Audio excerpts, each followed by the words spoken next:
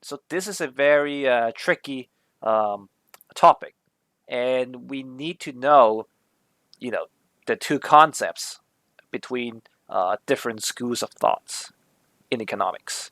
So right now we are focusing on the neoclassical economics. Okay, right. So for those of you who want to know more about economic history, right, go to YouTube and watch some videos. Okay, or you just have to watch the video that I asked you to watch. Okay, yeah. So neoclassical economics, they are actually built upon the classical one.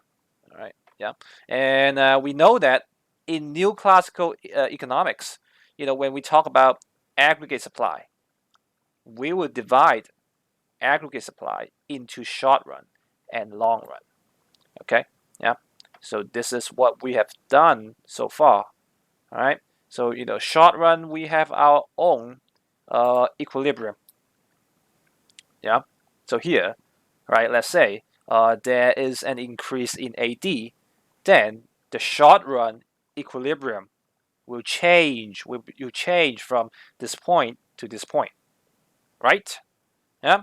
So yeah, the AD, once again, the AD, there are so many factors that will affect the AD. So see here, when there's an increasing consumer confidence, then the AD will shift to the right. Okay. So yeah, if that happens, then you will see in the short run the equilibrium can be changed a lot. Okay, based on different factors, right? We learn about the AD shifting factors. We learn about the AS shifting factors. Okay, so AS once again is about when there is a change in cost of production. Okay, so the SRAS will change. So we are going to expect in the short run your equilibrium always change to a different point. Okay, to one point to another point. Yeah. Okay, it's not very stable when you talk about in the short run the equilibrium. All right. Yeah. And then we talk about long run from last lesson. So once again, long run is a very tricky concept. Okay, and you will see it's just a vertical supply curve. So we call that LRAS. All right.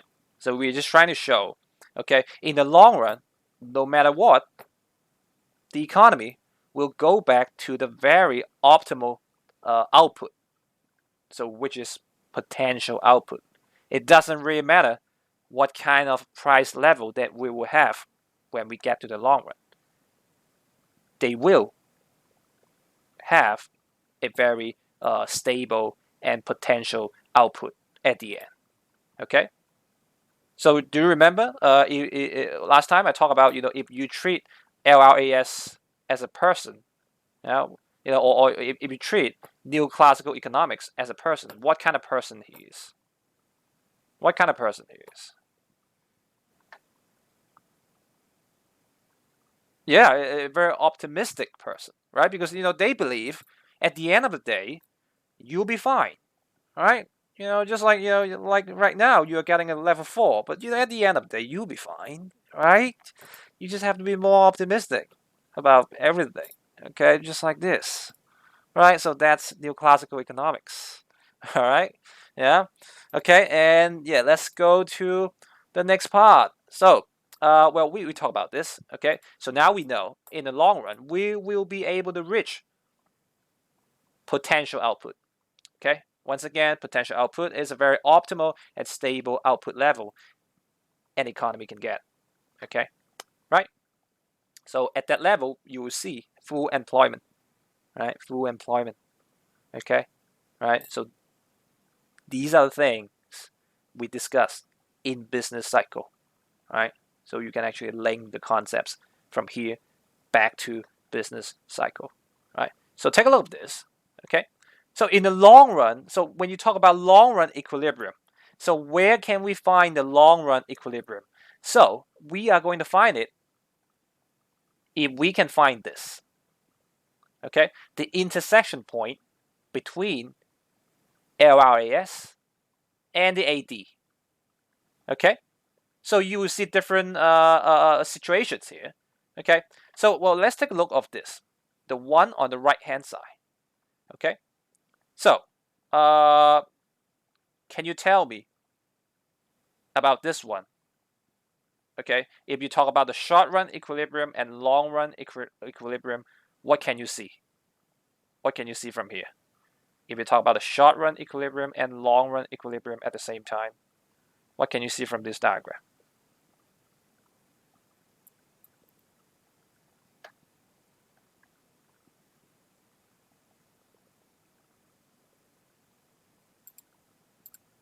Hello? So when you look at this,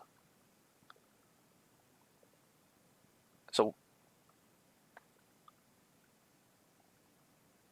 oh, okay, okay, Andrew, yeah, that's very good. Yeah, that's very good, right? So you can see from here, yeah, when they are in the short run equilibrium, they are already achieving the potential output in the long run, right? Because you see here, once again, short run equilibrium is where when SRAS intersects with AD, so which is here.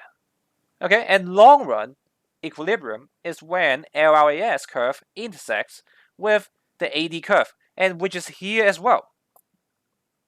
Yeah, right, right. So here we can see in the short run we are already achieving the potential output. Okay, yeah. So this is what we interpret this diagram here. Okay, so now we are trying to put short run AS curve and long run AS curve together. So this is what we will see in the diagram eventually. Okay, they are always together. So when you see short run, you will also see the long run curve as well. Okay, but that is not always the case. That is not always the case. Take a look of this. Take a look of this on the left hand side. Okay, what happens here? What is happening here? Anyone who can explain what is happening here? So focus on the output. What is happening here? Yeah, someone, can you describe the situation? Recession. That is good. How do you see recession?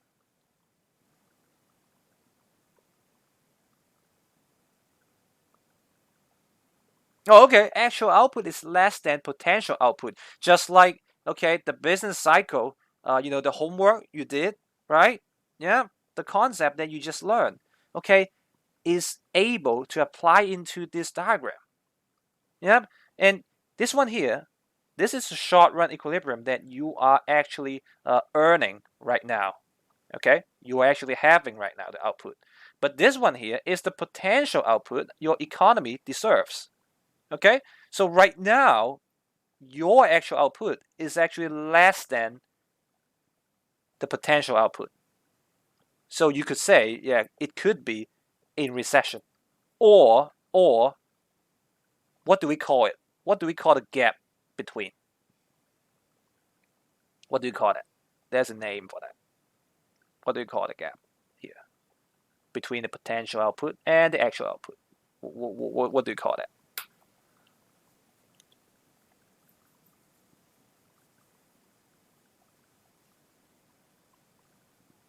Anyone? What gap is it?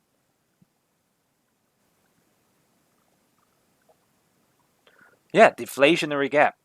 Yes. Okay, so we call this distance here a deflationary gap, just like what we observe from business cycle. Okay, that's why I told you there is a connection between the diagram here and your business cycle, right? So that's a deflationary gap. Okay, so that's why you can interpret the way that you might experiencing recession. Okay, in a situation like this, right? But what about this? What about this? What can you tell from this diagram here in the middle? In the middle, come on.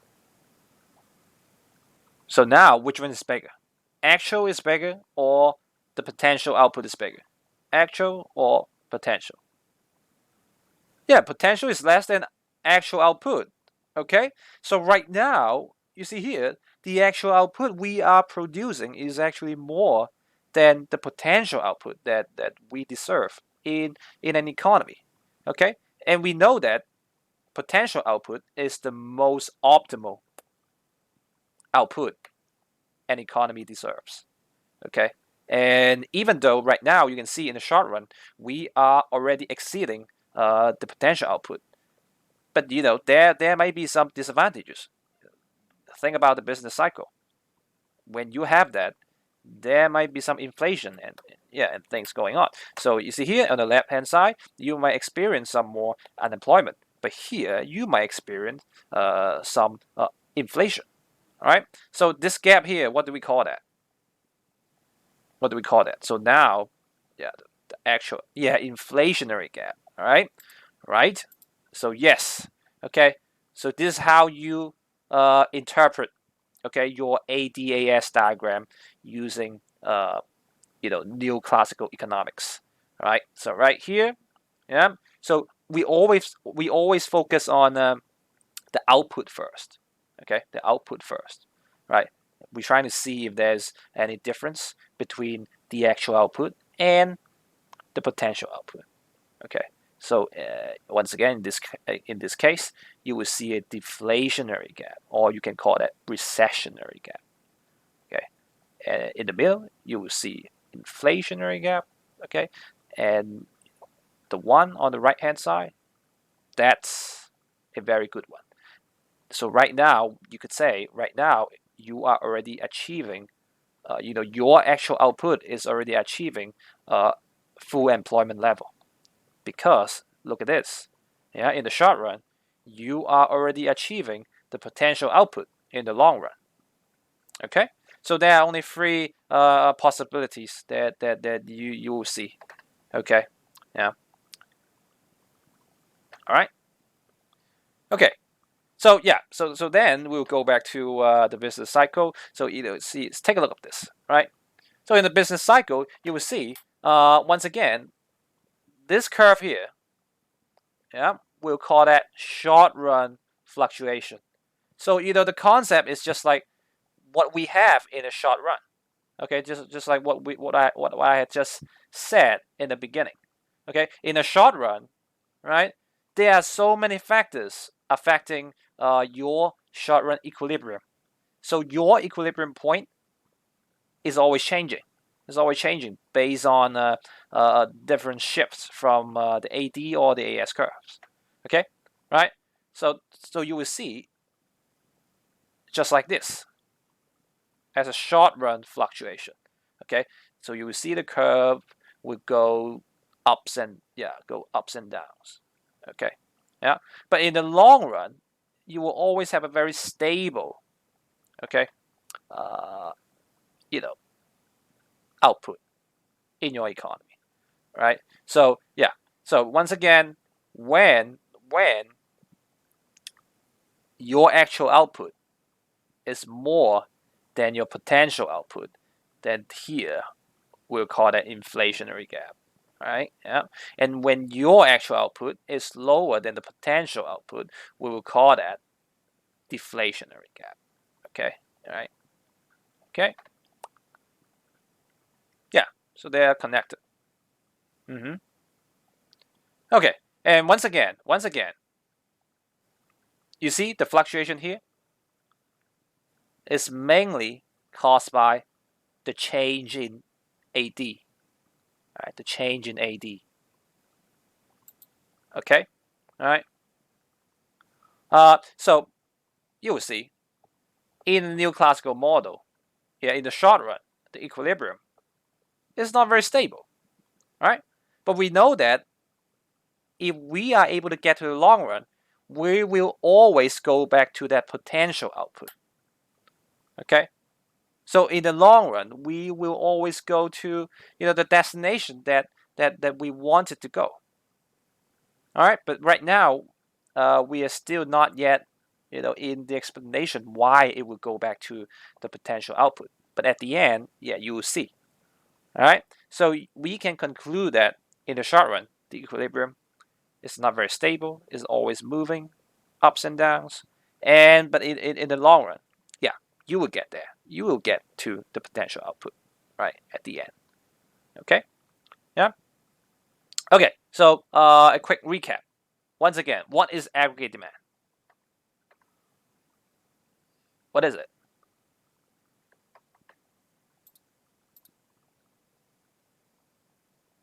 Come on. A very quick definition. Come on, guys. Yeah? People who rarely answer the question, come on. Tell me. What is aggregate demand?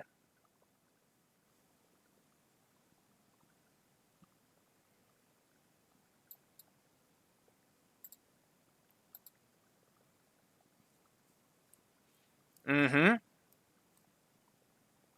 Okay. All right. Yep. Yep. Yeah, they're all very good answers. Okay. Yeah, or you can just say total spending in the economy, right? Remember the four components? Yeah, the total spending in an economy. So yeah, very good. So just think about spending, right? Okay, right, spending in the entire economy. Okay, and as long as uh, there's any factor causing the change in the consumption pattern for the different parties, then the AD curve will shift, right? Okay, and when there's a change in the price level, you will see the output will change too. So that's why you have a downward sloping curve. Okay, so this is how we define the curve, and also why there is a shift in the curve. All right, so here is just a recap for you. Yeah, just a recap. All right, so we have learned all of them. Okay, we have learned the definition of AD, and also why the curve is moving along the curve is because of the change of price level, and we have learned like why the curve shift, right, to the left or to the right.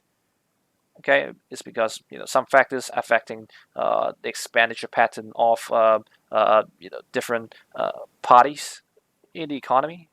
Okay, yeah, right.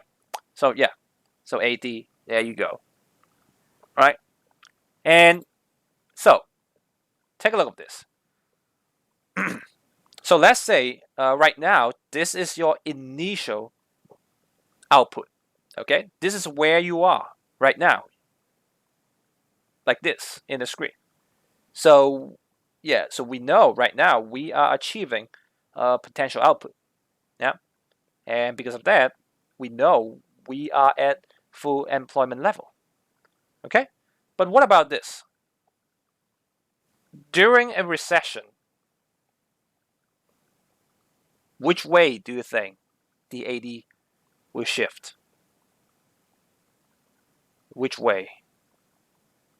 So during a recession, yeah, to the left. Okay, to the left. Okay, so well, if you have a note with you, yeah, Christina, yeah, that's correct. If you have a like a workbook with you, if it shifts to the left, what will happen to your actual output and potential output?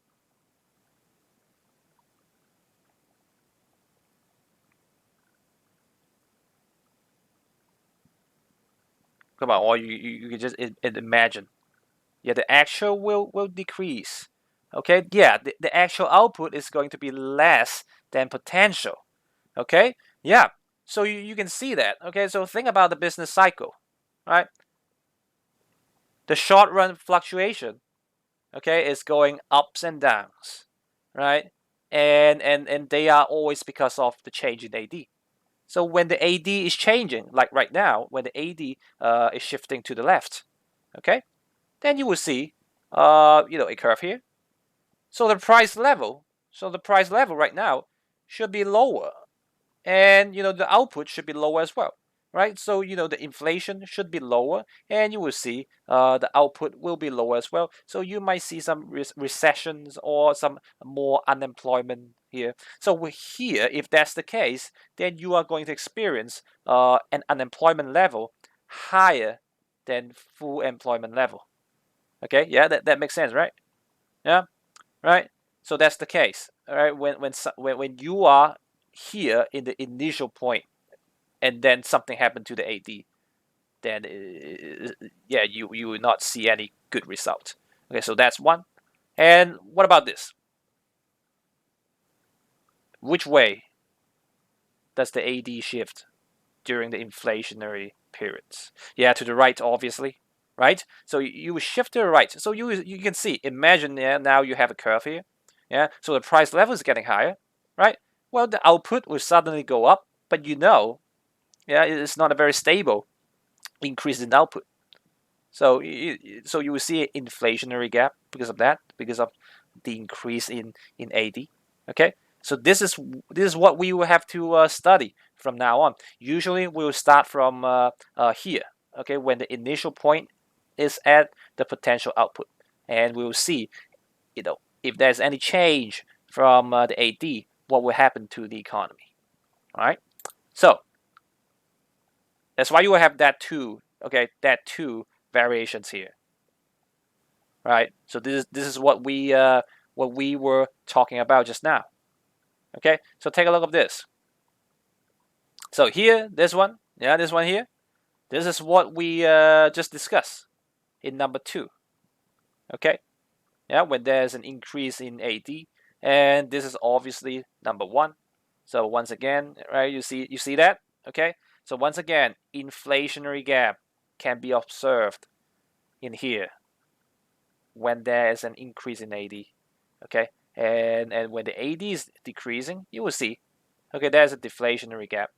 Okay, so you can put this back to the business cycle, and which will give you a clear idea like what is happening in the economy right now. Okay, so we are trying to use this to explain the situation in the economy. Okay, yeah, right. So this is it. Okay, so yeah. All right, and yeah, and I suggest you should always uh, do some drawing, okay? Because if you don't draw it, then you will not know how to perform this, okay? This diagram when you are being asked a question like this. So always draw it, okay? Draw the diagrams. Draw the diagrams. All right, try them yourself, okay? All right. So yeah. So in this case, take a look at this. Right. When the AD is decreasing, okay. So we know, yeah, you see the output is getting less. Okay. So we can say that there's not enough AD in the economy to make it worthwhile for the firms to produce potential output. So you see the why people they are not willing to produce at the potential output. It's because in this economy there's not enough AD. There's not enough demand, okay, for such output. So that's why we are stuck in this point. All right. So when you're trying to explain it, okay, you can use this way to explain it. That will give you a very nice explanation. All right. Okay. Okay. All right. Okay, so well, you see here. So there's just one case. That's just one case. But sometimes, the AS may shift, and if they shift, then you will see some other situations as well. Okay, yeah. So when the AS is shifting, okay, let's take a look at this. Yeah, when AES is shifting from either SRAS1 to SRAS2 or from SRAS1 to SRAS3, okay, you will see something very similar. Okay, but listen to this. Okay, the gaps here we do not call that deflationary gap. We do not call that inflationary gaps. Okay, because once again, output gap here, very important. Output gap, okay, when we're talking about output gap, is to compare the actual AD to the AD which can reach potential output. Okay, yeah, but here it's not really about, okay, the change in AD. So we do not call that a deflationary gap, or we do not call that an inflationary gap. Okay, yeah, and also when you think about this in the business cycle, all right.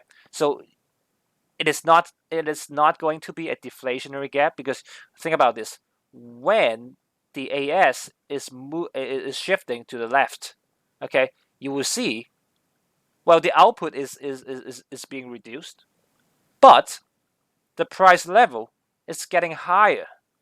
Okay, yeah. In the business cycle, we expect when the output is getting lower, right, the inflation should be lower as well. Okay, and that's why you will see a deflationary gap. But right now, in this situation, when the SRAS is shifting, you cannot see that effect. Okay, so that's why we cannot call that deflationary gaps. Okay, and the same concept applies to when you see an increase in SRAS. Okay, the output is increasing, but the price level is actually decreasing. So it doesn't really apply to the inflationary gap that we have learned. All right, and that's why in this situation here, there's no such thing as output gap. Okay, so we would not say there's an output gap here. We would not say there's an output gap here. All right, yeah. So this is what we will say. Okay, so if the SRS curve is shifting to the left, we will call this a stagflation. Okay, so there's another term, another new term. We will call that stagflation. So which means a recession. So it's very similar. Those two ideas, they are very similar. So a stagnation with inflation, so which will give you stagflation. It makes sense because right now the output is getting lower, so you have recession possibly. So yeah, they call that stagnation, and at the same time, you have inflation. So that's why they call that situation stagflation, and this is the worst.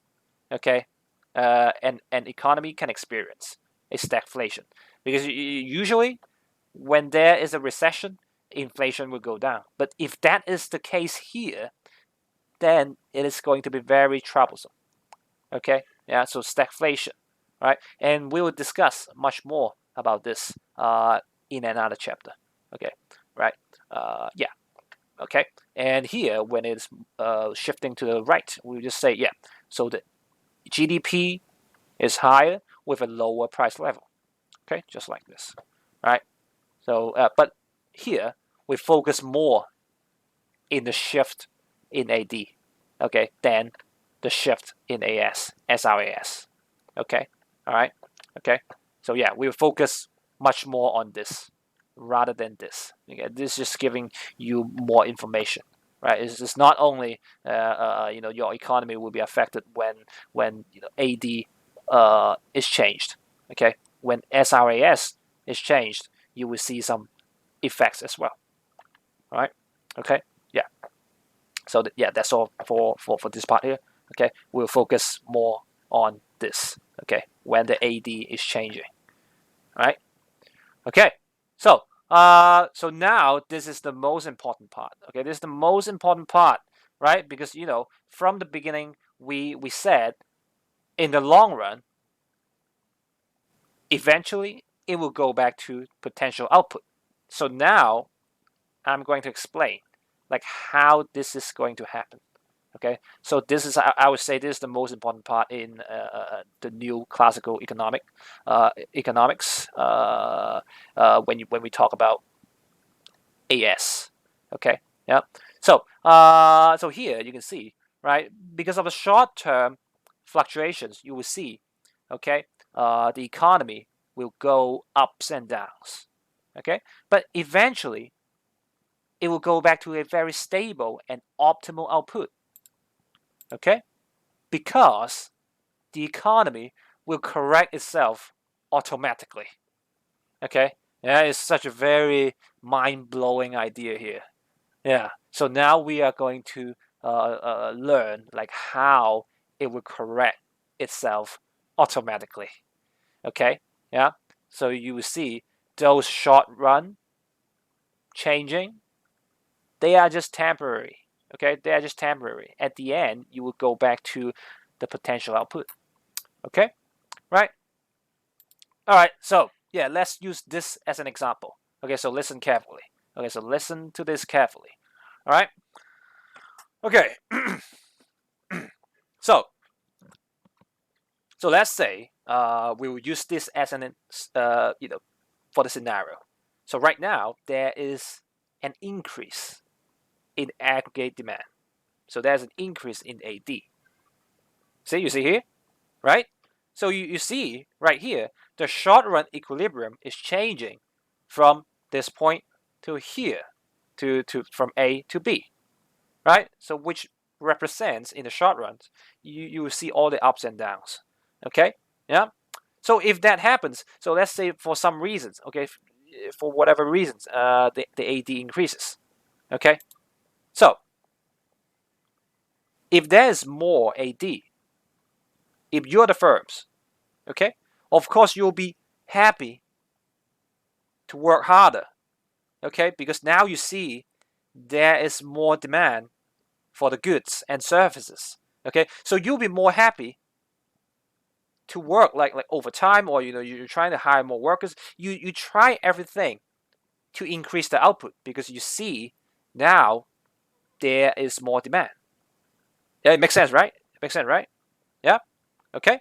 So this is what you would do in the first place. Okay.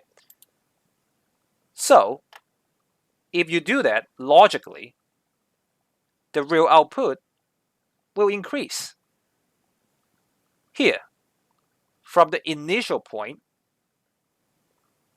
YF to Y1. Yeah? Cool? Because of this, right? Because you see there is an increase in demand.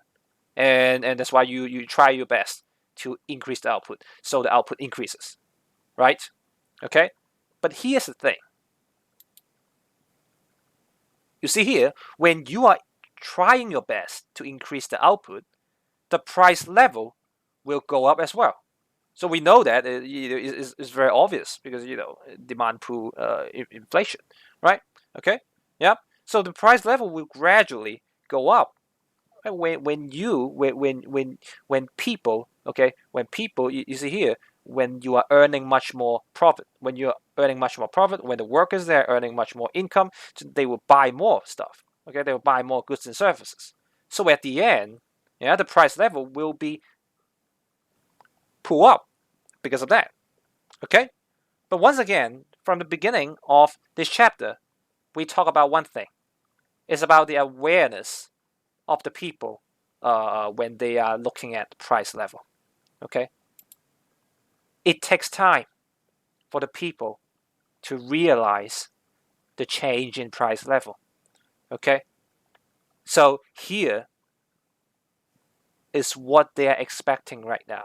Okay, so even though you see here a higher output and the price level is actually increasing, but because it takes time to realize the increasing price level. So the workers, the expectation of the price level is still actually at P1. Okay, yeah. So they think, okay, I don't need to get my pay rise because I'm still realizing, that in the market the price level is still at P1. Okay, so I'm not going to do anything about this, right? But in the reality, the price level is already at P2. Okay, so that's why we you see from the beginning we had this assumption. So in the short run, yeah, in a very short period of time, the wages, they are very sticky. Okay, they are very inflexible because of this. Okay, because of this, right? Because they don't realize the price has already increased. Okay, so they will just stay the same. Yeah, they just stay the same. Yeah, they'll be happy to earn whatever they are earning right now. Okay, and also because of some other reasons like the contract, the minimum wage, and also a trade union they are affecting. So the price, yeah, they stay the same. Okay, yeah, right. Yeah. So how do they So how do the workers get extra income? So that will happen when they realize that, okay, so now you see when I'm you see before, think about this. Yeah, here's a very good example. How much is it to buy a Big Mac meal right now? Anyone who can tell me? So if I'm trying to buy a Big Mac meal, how much is it? 33? 33, yeah, maybe 33 or 30. Okay, I don't know. Nowadays I don't go to McDonald's very often. Yeah, maybe 30. Okay, maybe 30. But to me, okay, I'm still having a concept where when I go to McDonald's, when I'm trying to get my Big Mac meal, it's just $20. Okay, you see, it's very difficult to realize. Okay, to realize the change in price level. Okay, yeah. So that's why inflation is slower to realize. Okay, okay. But when you realize that, then you'll be freaking out. Okay, you'll be like, yeah, what? The price is now increasing by that much, so I need to do something about it. Okay, so here, this slide here is just talking about in the very short period of time when you see the AD is increasing. This is what will happen to the economy. Okay, so nothing will happen.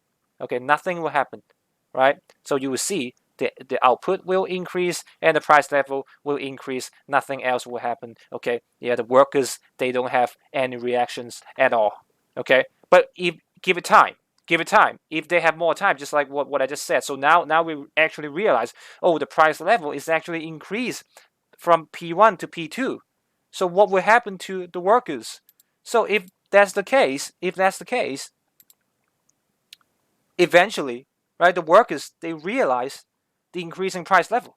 So now they really know. So yeah, let's say now some time just passed, okay, and the workers, they finally realize that price level is actually at P2 instead of what they perceived in the very short period of time at P1. Okay, if that happens, what do you think the workers would do? If they finally realize, okay, so now in general, if I buy anything in the society, I have to pay a higher price. So what would they do? Yeah, they demand for higher wages. Okay, they will ask for pay rise. So you see here, that's the concept. So here, this concept here is more about storytelling. Okay, yeah, from the very short period of time here, okay, and then we move along. Okay, yeah, give it more time. Then people, they realize, okay, the increasing price level. So they will ask for a pay rise. So if they ask for a pay rise, what will happen to the firms?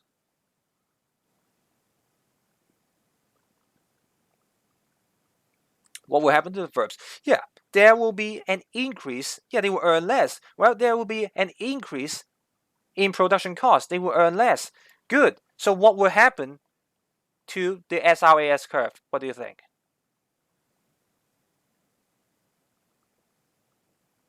Yeah, wait. Go to the right.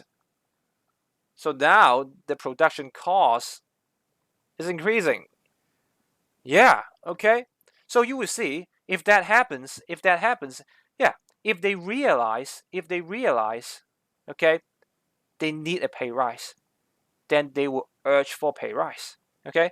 So when the firms, yeah, they follow the pay rise, then to the firms, the cost of productions become, higher. All right? And if that's the case, then you will see a shift in SRAS because we know that why an SRAS will shift is because of the change in cost of production. Okay, so now, yeah, the workers, they ask for pay rise, and you see here, right? Because of this increase in demand, okay, the price level for all the goods and services, they have actually gone up. Okay, so think about if you are a manufacturing company. So now when you are buying raw materials for your production, the prices for all those raw materials, they are also getting higher. Okay? If the prices for raw materials, they are also getting higher, what will happen to your cost of production?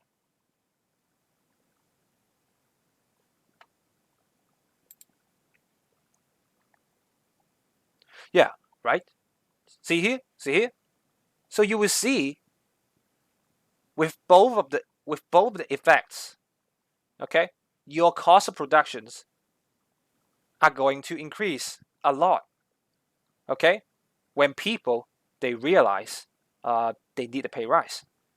When the price level for all goods and services they have increased as well. Okay? So for the firms, it's not good. So now they know the cost of production increase. And that's why the SRAS curve will shift to the left. Right? Yep. So shift to the left. And that's why at the end, you will see it will go back to the potential output. Okay, it will go back to the potential output, right? Because of this. Okay, so yeah, it will go back to the potential output from B to C. All right, yeah, but here you will see one thing. When we go back to the potential output, look at the price level.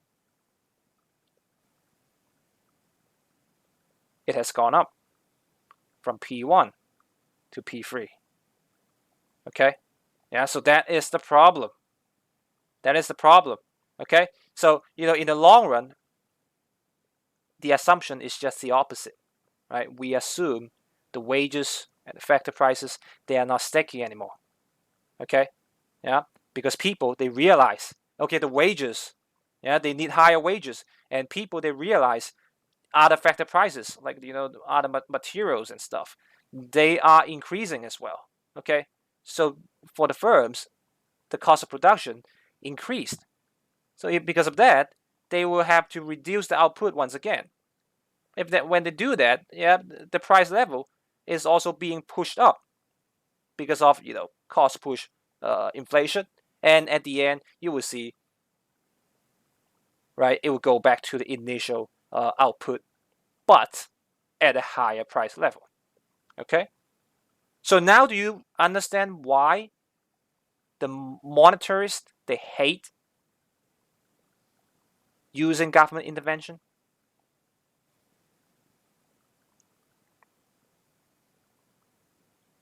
So let's say they hate using different policies, like fiscal policies, monetary policies, right? Why is that? Why the monetarists they hate using fiscal policies or monetary policies?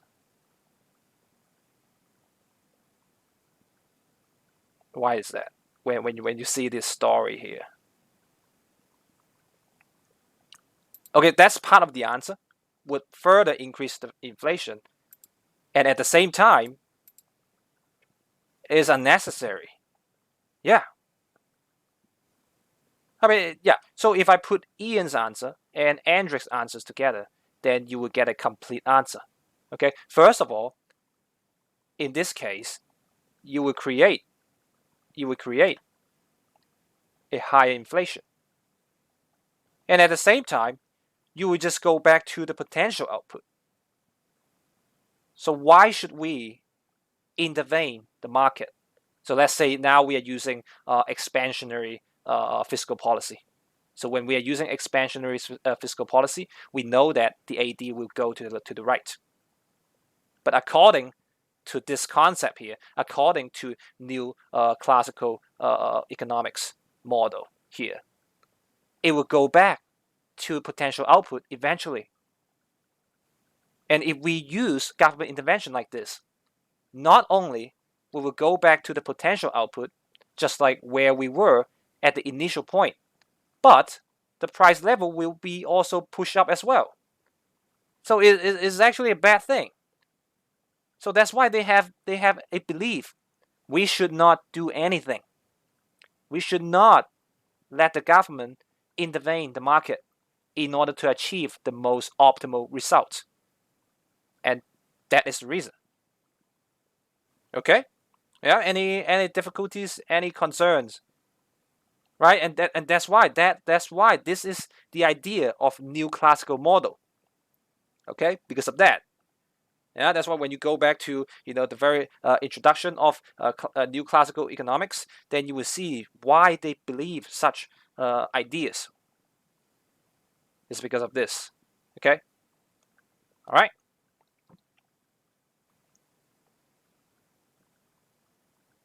Yeah. So now I'm just gonna give you one task. Okay, and that will be your homework. Yeah, that will be your homework as well. All right. So now this is one scenario. Okay, when AD for some reason it increases it increases, so it is shifted to the right. So now you are going to make another scenario for me. Okay, so that is the opposite. So now when something happened, when something happened and the AD decreased, okay, and the AD shifted to the left, okay, can you make the same thing I did in these two slides? Okay, so I want you to make a storytelling, okay, using another scenario. So this time AD decreases and you are going to finish your work from the very short period of time and then try to explain it until it goes to the long run. Okay, yeah, so this is the task that I'm going to give you for this week. Okay, yeah, and I'm going to give you some hints. Right. So here, so this is your exercise. Right. So take a look at this. Take a look at this. So so now, right, just like what I said, there is a decrease in investment spending, and we know that when there's a decrease in I, okay, one of the components of AD, the AD will shift to the left. Okay, yeah. So you are going to explain it. Okay, yeah. Explain it. If that happens, what will that affect the economy in the short run and the long run? Okay. So first of all, yeah, you answer this question. So will the AD increase or decrease? Well, we know now. Okay, we know now it's going to decrease. And think about this: in the very short period of time, when the wages are very sticky, what would you do as an employer? So what would you do as an employer when this happens? When the AD is decreasing, when you have a lower output and the wages are sticky, so you cannot reduce their salary in the very short run. What would you do as an employer? Yeah, you fire the people. Okay, yeah. So that is one of the hints. Okay, to explain that scenario, you fire those people. All right. And once again, the second question here: if you are a worker, and as the time goes by, what would you do to secure your job? So now, let's say now you give it more time, and if you are a worker, so how would you do? Like what would you do to secure your job, to work more hours, to increase productivity? Talk about something more materialistic. Yeah, work for less wage. Okay, work for less wage. Okay, yeah, that's good. But I would say you guys are all correct. But here we want to focus on something more materialistic. So yes, okay, you know, when the time goes by, right, then we would realize, hey, I really need that job. So I would really be appreciated if you can give me the job. I don't really mind if I have a lower salary. Okay, so that is what you will see, okay, in the long run in a scenario like this. Okay, so yeah, you just have to repeat the same steps that we just discussed. Okay, yeah, from this scenario here. So step by step, and then from short run to long run. Okay, and explain how the equilibrium points will be changing from short run to long run. Okay, so this is the task. Okay, this is the task. So yeah, so you can go back to the slides and refer to these two slides. Okay, where is it? Slide 35 and 36. Okay, and with the hints here, yeah, that you should be able to explain. Okay, you should be able to explain how it changes from the short run to the long run when there's an decrease in AD. Okay, so now I think I'm gonna give you some time, okay, to brainstorm and try to give yourself a plan, right? How do you finish the scenario here? Okay. If you have any questions, you come on, please, just ask. Okay. Yeah. So now, for the rest of the 5 minutes, all right, get yourself ready for this exercise. Okay. Make some notes. Oh yeah. You will have to hand it in. Okay, you will have to hand it in. Next week. Well, I'm gonna put the deadline on Google Classroom. Okay. So next week, I would say, Tuesday. Yeah, next week, Tuesday. This one here. Okay, this exercise here. Try to explain, okay, try to answer the question using the way that I do in slide 35 and 36. Okay, yeah, with the hints provided here. Okay, right. Any questions? So yeah, so that's basically the idea of new classical economics. Yeah, economics. All right. So yeah, so now you finally realize why it will self-correct. Okay, it's because of this.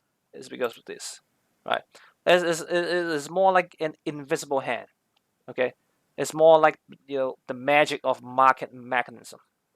Yeah, or the price mechanism. Yeah, right. So you will see if you don't do anything, eventually it will go. Yeah. If you don't do anything, it'll be great. If you do something about it, or if something happened, then it doesn't really matter because at the end, it will go back to the potential output. Okay, yeah. The only thing that changes will be the price level, right? So we would rather, not do anything, just stay there, okay, and let it flow, okay, because eventually, you will get that point. Okay, so that's new classical economics. All right.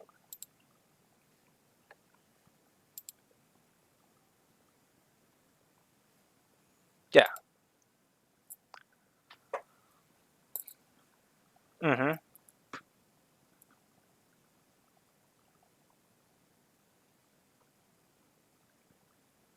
Yeah. Yeah. It's more like a yeah. Uh, well, so here, look here.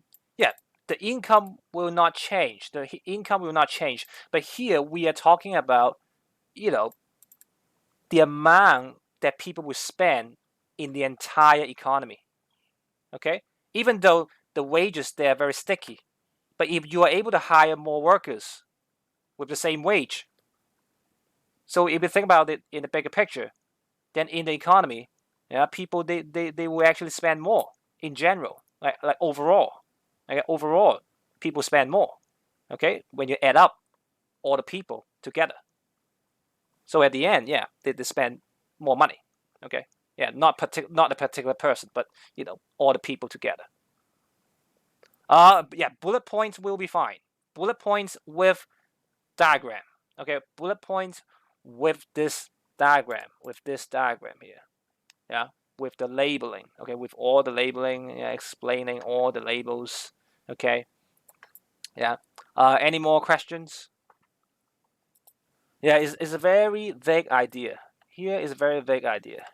But yeah, just go back here and hopefully it will give you some more like ideas why it is happening. Okay, so yeah, once again you will have to digest this. Okay, yeah, just by listening to this for once might not work. Yeah. Okay. Any more questions? Questions about IA? Questions about EE maybe? Questions about the chapter? No. Well, if that's the case, then yeah, I'm just gonna let you go. Okay. So yeah, yeah, right. Once again, if you have any questions, feel free to WhatsApp the questions or yeah, or just send me some emails. Okay. I'll be answering the questions. Okay. Yeah. If YA, I would say email would be better. Yeah, email would be better. Yeah, because when I'm checking an email, and I can check the work, your work at the same time. Yeah, in my computer, that might be more efficient. Okay. Yeah. Okay. All right. So yeah, I'll let you guys go. Bye bye. Bye.